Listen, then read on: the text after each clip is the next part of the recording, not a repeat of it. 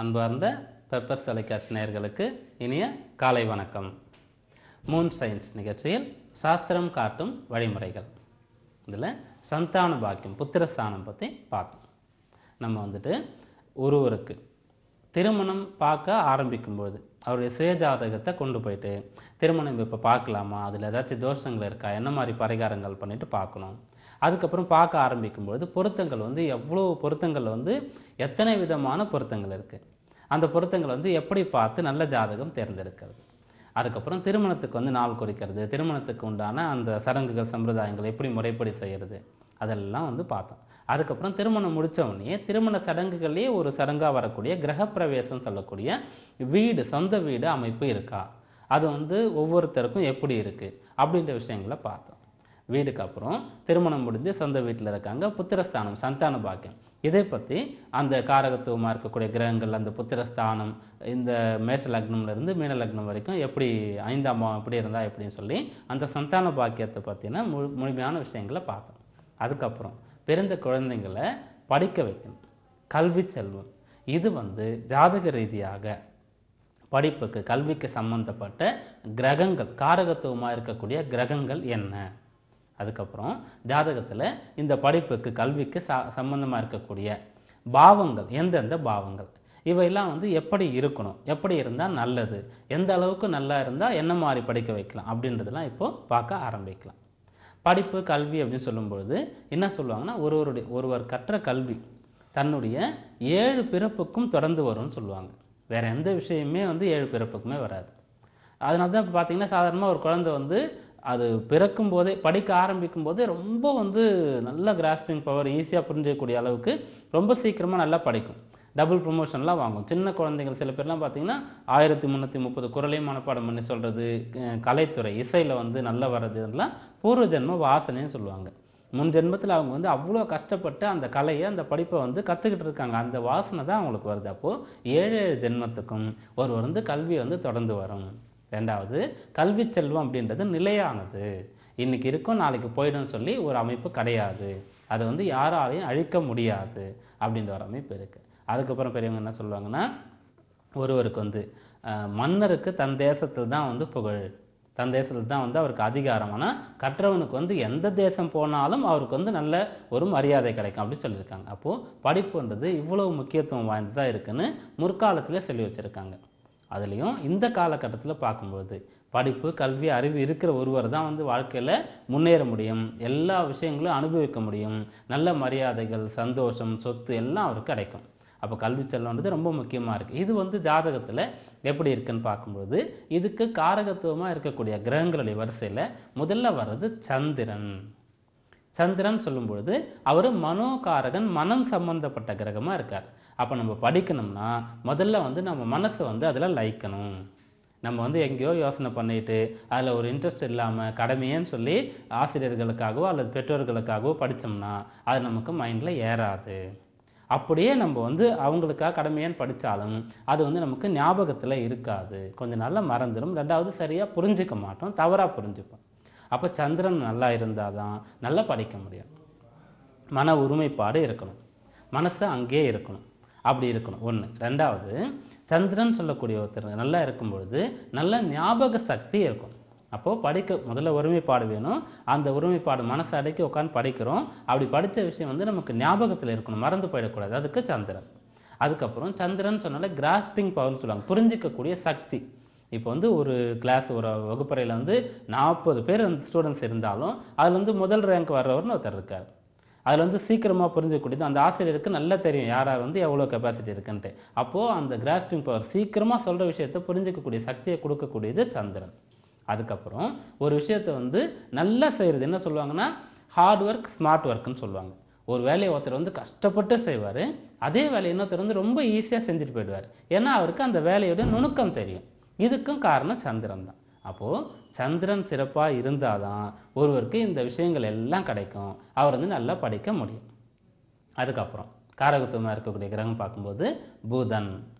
புதன் சொன்னாலே அவரை புத்தி காரகன்னு சொல்லுவாங்க, வித்தை காரகன்னு சொல்லுவாங்க. புதனை சாமர்த்தியமான பேச்சுக்கும் நிறைய கலைகளுக்கும் அவர் காரகத்துவமாக சொல்லுவாங்க. அப்போ புதன் வந்து நன்றாக இருக்கும் ஒருத்தர் தான் பார்த்தீங்கன்னா சாதாரணமாக படிப்பறிவு இல்லாமல் கூட சிறந்த ஒரு வியாபாரத்தில் பெரிய அளவில் வருவாங்க. அவங்களுக்கு அந்த சமயோசித்த புத்தி, அந்த நுணுக்கமான விஷயங்களை கற்றுக்கொள்ளக்கூடிய தன்மை, சமயத்துக்கு ஏற்ற மாதிரி இடம் பொருள் ஏவல் போன்ற விஷயங்கள்லாம் தெரியுது. இதெல்லாம் புதனுடைய காரகத்துவம் தான்.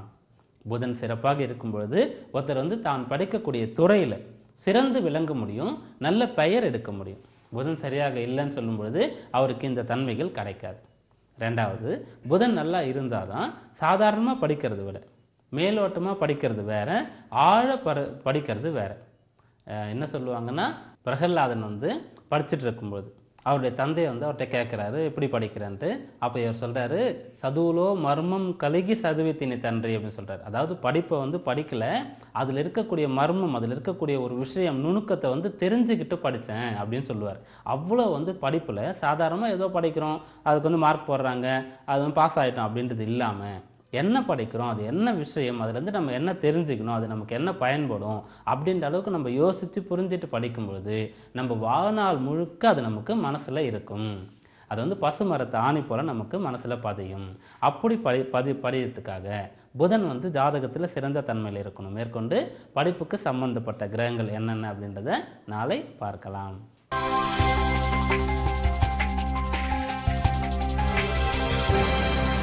மூன் சயின்ஸ் நிகழ்ச்சியில் வெற்றிக்கு வழிகாட்டும் விரதங்கள். இதில் கிருத்திகை நட்சத்திரம் கிருத்திகை விரதம், திருவாதிரை நட்சத்திரம் ஆருத்ரா விரதம், திருவோண நட்சத்திரம் சிரவண விரதம், இதெல்லாம் பார்ப்போம். அதுக்கப்புறம் மூலம் நட்சத்திரம், மாதம் மாதம் வரக்கூடிய மூல நட்சத்திரம் அன்னைக்கு விரதம் இருந்தால் நல்லது. யாருக்கு விரதம் இருக்கணும், எப்படி இருக்கணும், என்ன பலன்கள் கிடைக்கும் அப்படின்னு பார்க்கலாம். மூல நட்சத்திரம் சொன்னால் நம்ம எல்லோருக்குமே ஞாபகம் வரக்கூடியது ஆஞ்சநேயர். ஆஞ்சநேயர் மார்கழி மாதம் அமாவாசை திதி மூல நட்சத்திரம் அன்னைக்கு ஹனுமன் ஜெயந்தி நம்ம கொண்டாடுறோம். அப்போது இவருக்கு மூல நட்சத்திரத்தில் அவதரித்ததுனால அன்றைக்கு ஆஞ்சநேயருக்கு நம்ம விரதம் இருக்கலாம். அதில் என்னென்ன விஷயங்கள் பார்க்கும்போது, மூல நட்சத்திரம் சொல்லும் பொழுது அது கேதுவுடைய நட்சத்திரம்.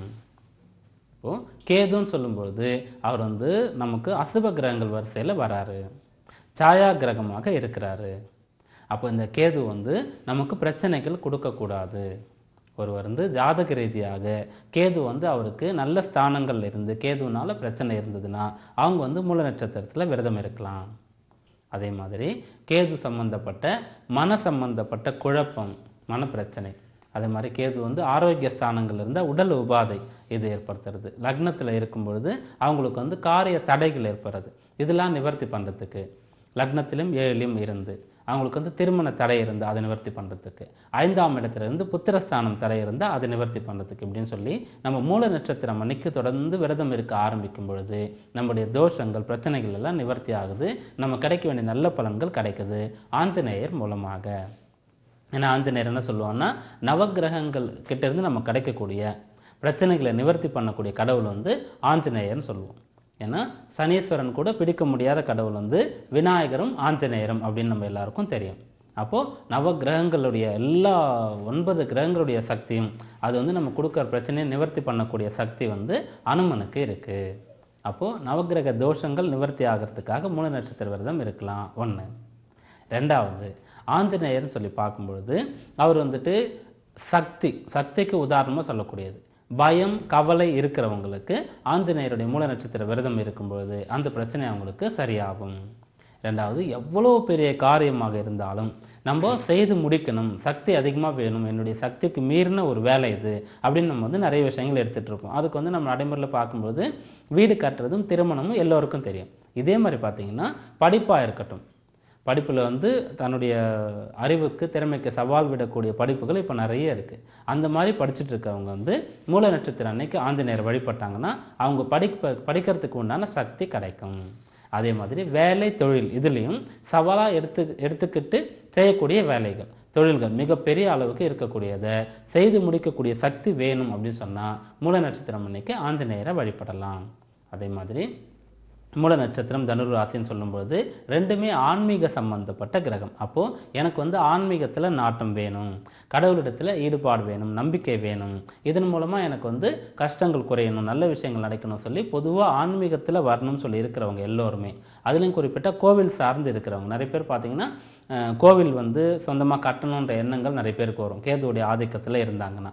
அது மாதிரி கோவிலில் வந்து சில பேர் நடத்திட்டு இருப்பாங்க, அதை வந்து தொடர்ந்து நல்ல முறையில் நடத்தணும் அப்படி சொல்லி ஆன்மீக சம்பந்தப்பட்ட விஷயங்கள் என்ன இருந்தாலும் அதில் மிகச்சிறந்து வரக்கூடிய அளவுக்கு சக்தி வேணும் அப்படி சொன்னால் மூல நட்சத்திரம் அன்னைக்கு ஆஞ்சநேயருக்கு விரதம் இருந்து வழிபடணும். அதுக்கப்புறம் ஆஞ்சநேயர் வந்து அமாவாசை அன்னைக்கும் மூல நட்சத்திரம் அன்னைக்கும் வந்து அனுமன் ஜெயந்தி நம்ம கொண்டாடுறோம் பார்த்தோம்.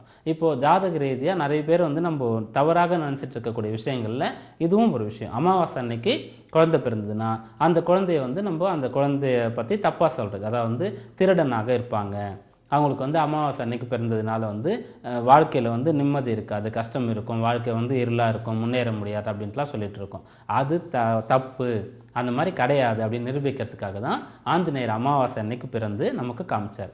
ஆஞ்சநேயர் போல ஒரு பராக்கிரமசாலி, ஒரு வந்து சிரஞ்சீவியாக இருக்கக்கூடிய ஒருவர், ராமர் லக்ஷ்மணரே வந்து அவர் கூடயே இருந்து பார்த்துக்கிட்டார், தாய் தந்தை போல காப்பாற்றினார், போருக்கு உதவி பண்ணார். அந்த மாதிரி இருக்கக்கூடிய ஒருவர் வந்து பிறந்த திதி வந்து அமாவாசை. அதனால் அமாவாசை அன்னைக்கு பிறக்கும்போது எந்த தோஷமும் கிடையாது அப்படின்றத ஆஞ்சநேயர் பார்த்து நம்ம தெரிஞ்சுக்கலாம். அதே மாதிரி மூல நட்சத்திரம், மூல நட்சத்திரத்தில் பிறக்கும்போது என்ன பண்ணுறோன்னா நிறைய பேருக்கு இந்த காலகட்டத்தில் திருமணம் வந்து தடையாகவே இருக்குது, திருமணம் நடக்குமா அப்படின்னு ஒரு கேள்விக்குறியாக இருக்கக்கூடிய ஒரு விஷயம் வந்து மூல நட்சத்திரத்தில் இருக்கிறவங்கள திருமணத்துக்கு வந்து நம்ம நிராகரிக்கிறது தான். மூல நட்சத்திரம் இருக்கிறவங்களுக்கு கல்யாணம் பண்ணால் மாமனாருக்கு ஆகாது அப்படின்னு சொல்லி இதில் வந்து ஆண்கள் கூட கொஞ்சம் தப்பிச்சுக்கிறாங்க, ஆண்களுக்கு வந்து தோஷம் இல்லை, பெண்களுக்கு தோஷம் இருக்குன்னு சில பேர் சொல்கிறதுனால. அதனால் இந்த திருமண தடை விலகணும், மூல நட்சத்திரம் இருந்தால் எந்த தோஷமும் கிடையாது அப்படின்றதுக்காக ஆஞ்சநேயர் வந்து மூல நட்சத்திரத்தில் இருந்து நம்ம காமிக்கிறாரு.